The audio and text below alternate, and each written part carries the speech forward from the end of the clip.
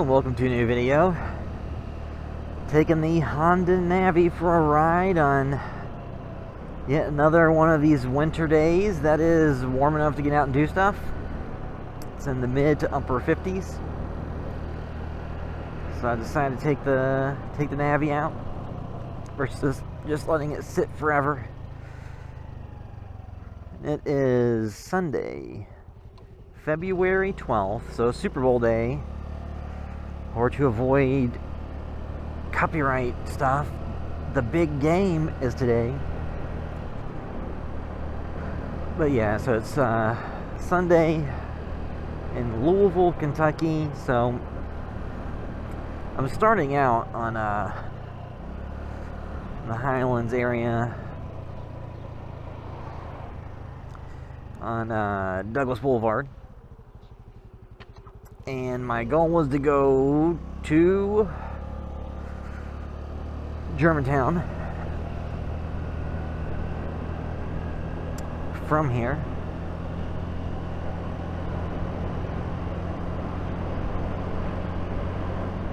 And this is one of those days where, you know, the sun's out, it's upper to mid 50s.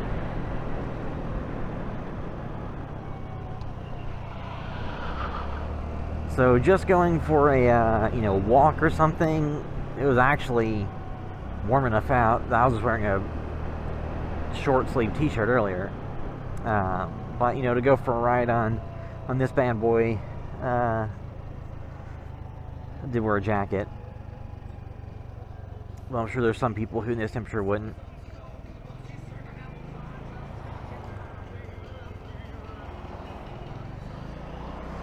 Guess that guy had an electric skateboard, which is kind of cool.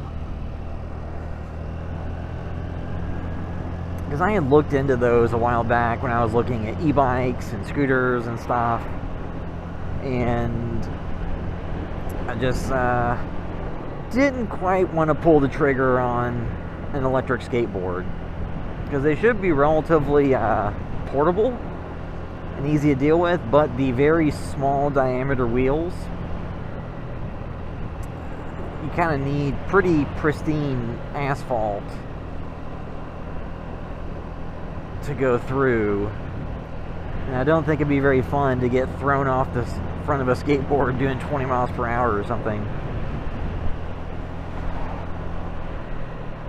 So, did not go with one of those. I went with bikes and stuff instead, but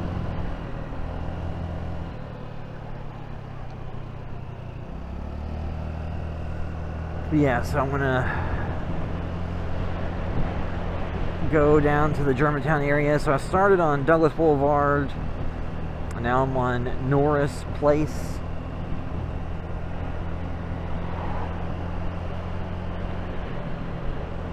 But this was, this bike, this Navi, is garage kept, so it's not in the sun or anything, and the garage is not heated. So it gets relatively cool. So when it gets to be pretty cold out, with this bike you often need to use the choke to get it started. But today I only did that very minimally, and it's been going fine. Because I think if it had been sitting in the sun, it'd be fine, probably warm enough. But in the garage, the ambient temperature wasn't super high.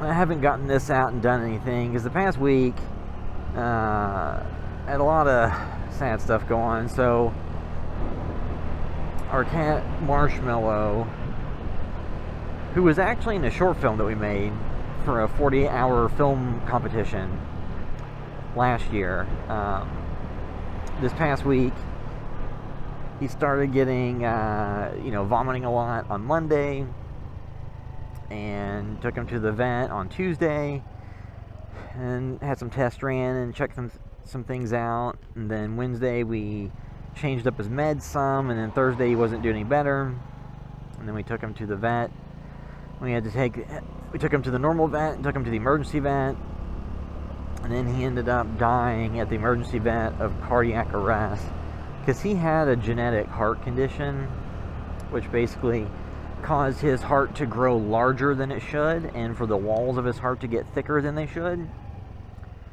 So it was just having a harder time pumping blood through. And initially, he was, the vomiting, they didn't think was a symptom related to that. So his heart cardiologist had not recommended we take him to the standard vet.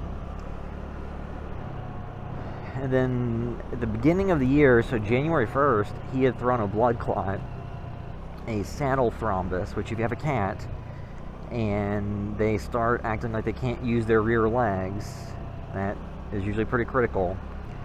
And he had thrown one of those at the beginning of the year, and the prognosis to survive that is not very good, but he was able to survive that, and then over the course of about a week kind of recover and have the normal use of his rear legs again, and have strong pulse in them and seemingly be back to normal. But he had another blood clot similar to that the year before, back in back in July of 2022.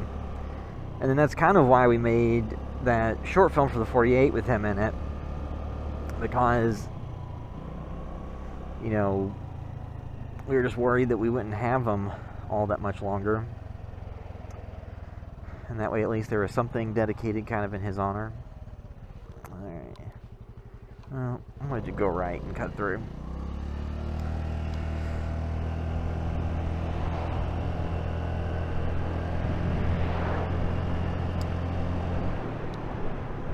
Now I'm on Baxter Avenue. But yeah, so he had survived the saddle thrombus blood clot in 2022, back in the July, and then at the beginning of this year, January 1st. And we think it's because of all the medication he was on for his heart condition, at least allowed it to not be as severe, and then he was ultimately able to pass them. But he had just had so much heart stuff going on that he couldn't keep going. And he was pretty young. We had taken him in back in 2020. So we only had him for about 2.5 years, a little under 2.5 years. And when we took him in, they estimated him to be around 2 years old. So, we just estimate he's somewhere around 4 to 5. Could be a little bit older, a little bit younger. But yeah, somebody that lived in our neighborhood had just dumped him outside and left him. And we would go for walks around the neighborhood, and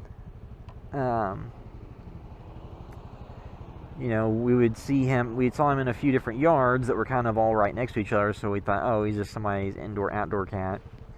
But then as we continued going on walks, we would see him further and further out from there. And usually cats don't travel super far. And my girlfriend saw him and she wanted to get him, and then, or she was very curious about him and wanted to get him taken in if he was stray on the street. And then he just we saw him around a little bit, and then one day he showed up in our neighbor's backyard, and she saw him and went outside real quick and fed him, and got to pet him and love on him. And then he started coming back to our house, and we would both go out and pet him and give him food and water. And then we tried to get him one day, and he didn't like that and escaped. We were concerned that maybe we screwed up and he wouldn't come back. But luckily he came back a few hours later. We pet him again. So the next day we got a larger cage set up that would be easier to get him with. And when he came back, we pet him and loved on him. And I just picked him up and put him in the cage. And it was in the garage, at the garage door. Then we fed him, and from that point forward, he was our cat. We took him in the house and got him all the medications and got him fixed. And he had a broken tooth that had to be removed, and a lot of stuff had to be done for that little guy. And then at his first, checkup, at some point in the first half of 2021, they saw that he had a heart murmur, and we took him to the specialist, and then he got diagnosed with a heart condition, and he was on special medication after that point.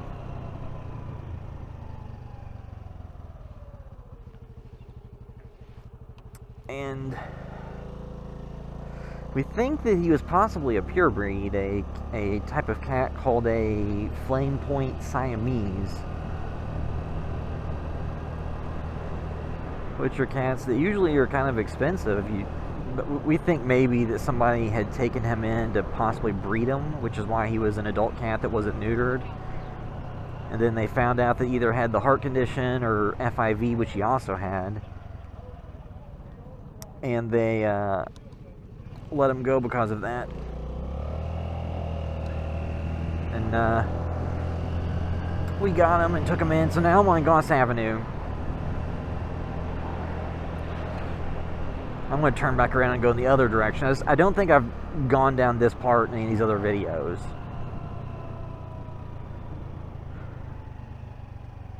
I guess I'll go down Texas. I'll cut through here. So, Germantown is a kind of trendy neighborhood in the area that, without... I'm sure there's people who are more local historians for the area than I am. But, it was kind of a working class neighborhood for years, but then it started to get a lot of cool restaurants and bars, and it became kind of a trendy area to buy. And, I had friends that lived in this area and would hang out here quite a bit. And then a lot of the houses got renovated and flipped and updated, so now a lot of them are way, way more than they would have been a decade ago if you're looking at houses.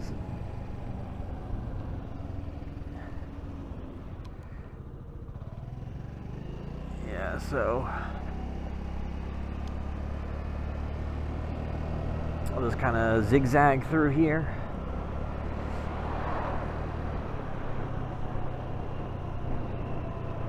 Yeah, so it's a cool neighborhood that has a lot of history. It's been around for quite a while.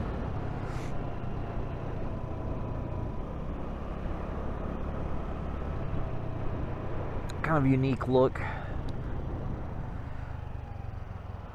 In an area where if you were lucky enough to have purchased a house at the right time, you could have probably made some decent money selling it. If you were going to move somewhere that didn't also have an increased cost of living over the years. Yeah, so there's plenty of restaurants and bars down through here.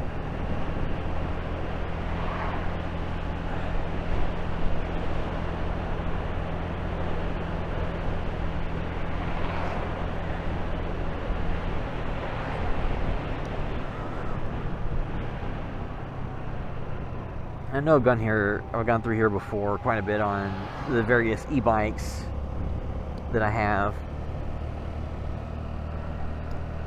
I think I've gone through on the motorcycle some too, or this Honda Navi, but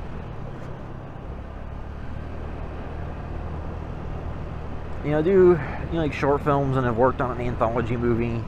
So I'm always keeping an eye out for interesting locations to record stuff that I think would be visually entertaining. You do get a unique, because a lot of these houses are kind of shotgun style houses. Now going down this side, some of these are a little bit different design, but a lot of them are shotgun style houses, kind of close together, street parking. Some of the houses have garages or stuff, parking in the alley, because a lot of the streets have alleys.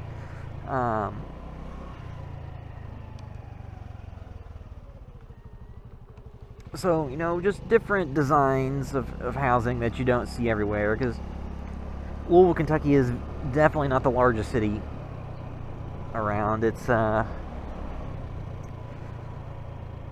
know I've seen some people complaining about it, and they'll say, oh, the only reason that the city looks like it has a relatively large population is they did a city-county merger to merge Jefferson County and Louisville Metro, which increased the population. Because it's like a top 40 sized city if you look at it that way, as opposed to some cities are not encompassing an entire county. You know, so in terms of bars across the street, there's Merriweather. And then to the right is Old Hickory Inn. And then up ahead, there are some other bars and restaurants. There's a chiropractor, Germantown Chiropractic. I have not gone there, so I have no clue what they're like, but it's a cool looking building. And then down through here, you have some different locations. You have Monic, and then I forget, Chex Cafe was the one on the left. And then Monic. So there's a number of places to get, you know, food and drink.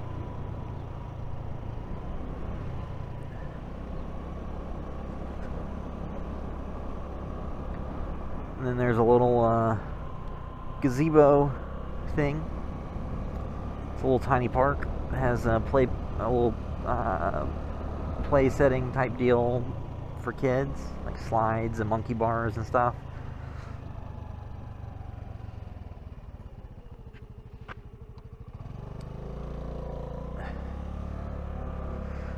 And then the areas that, you know, in terms of the areas that immediately are around here, so you know, as I started at the Highlands, so it is somewhat adjacent to the Highlands. And then it's not all that far from Old Louisville, which I'll go through here. So you can get, you know, pretty quickly from here to Old Louisville. You can get relatively quickly from here to the U of L area. So it's, you know, in a location that's not too far from a number of different neighborhoods. And it also goes down, you know, it's not too far from downtown Louisville either.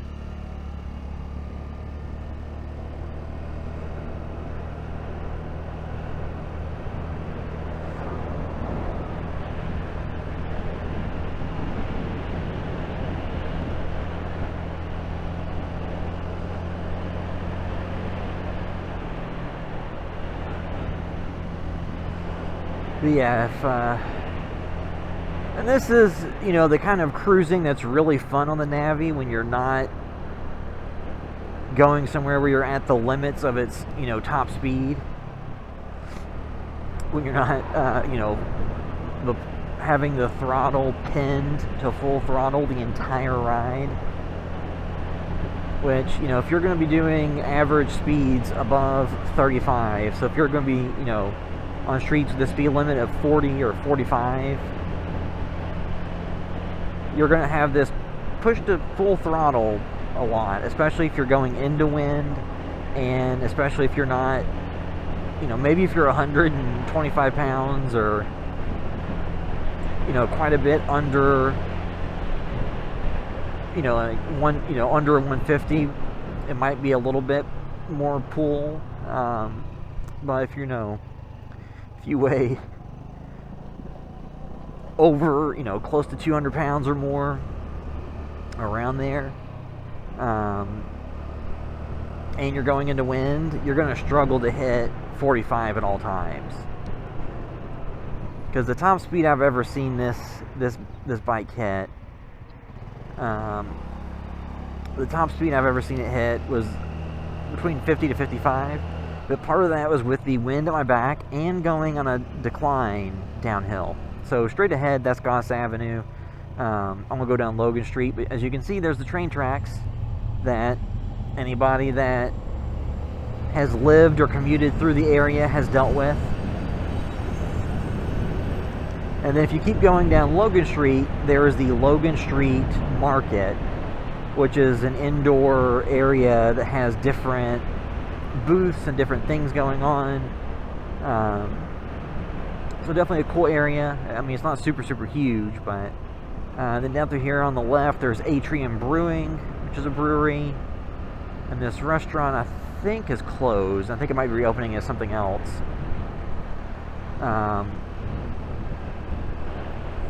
And there's, what is that, Red Top Dogs, like a hot dog place that's open. And then the building to the right is what I talked about, the Logan Street Market. So it's a building where they have different stuff inside of there. And because the train is going through, a lot of these streets are not going to be passable at the moment. And I've come through this area before. So this is going down Logan Street.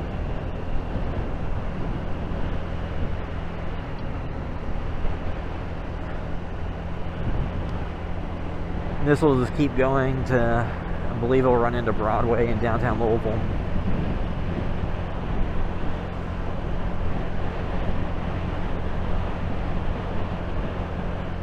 Yeah, so that was going from...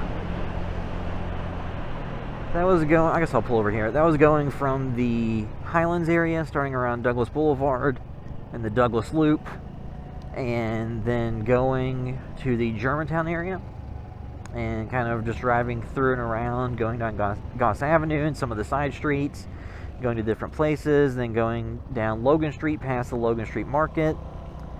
Yeah, taking the Honda Navi out in February, and getting out of the house and riding, these bikes, motorcycle bikes. That can be a form of therapy if you're going through stuff, so that's always nice. But yeah, so then I'll wrap up this ride. Until next time.